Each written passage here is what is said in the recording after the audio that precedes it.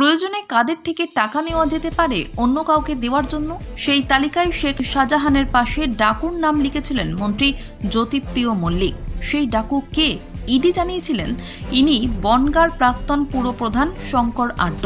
কিন্তু সম্প্রতি শঙ্কর জানিয়েছেন তিনি ডাকু নন, তাকে যেন ডাকু নামে চিহ্নিত না করা হয়।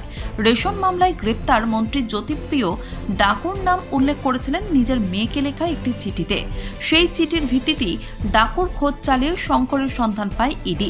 জানতে পারে এককালের বনগাঁ পুরসভার প্রধান শঙ্কর তার নিজের এলাকায় ডাকু নামেই পরিচিত। এরপরেই ডাকু শঙ্করের বাড়িতে তল্লাশি অভিযান চালিয়ে ভুয়ো ফরেক্স সংস্থার সন্ধান পায় ইডি। সেই সব সংস্থার মন্ত্রী বালুর কালো টাকা সাদা করার সূত্রও পাওয়া যায়। কিন্তু ইডি সূত্রে খবর, হেফাজতে নিয়ে জেরা করার সময় শঙ্কর বারবার ইডিকে বলেছেন তিনি ডাকু নন। তবে কি ভুল লক্ষ্যের রেশন মামলায় গ্রেপ্তার করেছে ইডি? একথা ঠিকই যে ডাকু নামের সূত্র ধরেই শঙ্করের বাড়িতে তল্লাশি চালিয়েছিল ইডি।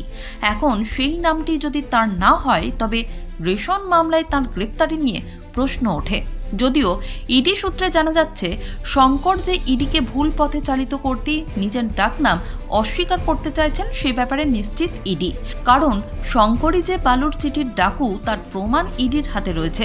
ইডি সূত্রে জানা গিয়েছে বনগাঁ পুরসভার প্রাক্তন চেয়ারম্যান শঙ্করের অপরাধের পুরনো নথি ঘাঁটতে গিয়ে তার বিরুদ্ধে কিছু এফআইআর এবং মামলার কাগজপত্র এসেছে তদন্তকারীদের হাতে। তাতে কলকাতা হাইকোর্টের কিছু মামলার নথিও ছিল।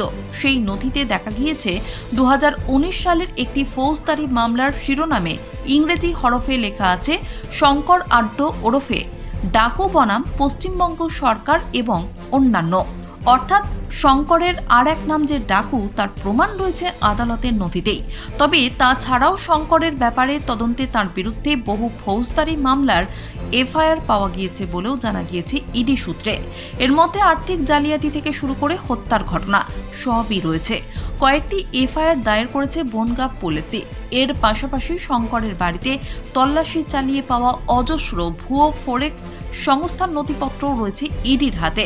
শঙ্কর নিজের নামে এবং তার আত্মীয় স্বজনদের নামে খুলেছিলেন সেই সব কোম্পানি মারফত অন্তত 20,000 কোটি টাকা কালো থেকে সাদা করা হয়েছে, এমনটাই খবর পেয়েছে ইডি। যার মধ্যে অন্তত 9 থেকে 10,000 টাকা মন্ত্রী বালুর বলে ধারণা ইডির। ফলে ডাকু নাম তার নয় বলে শঙ্কর ইডিকে ভুল পথে চালিত করতে চাইলেও সে পথে মুক্তি পাওয়া সহজ হবে না বলেই অনুমান তদন্তকারীদের।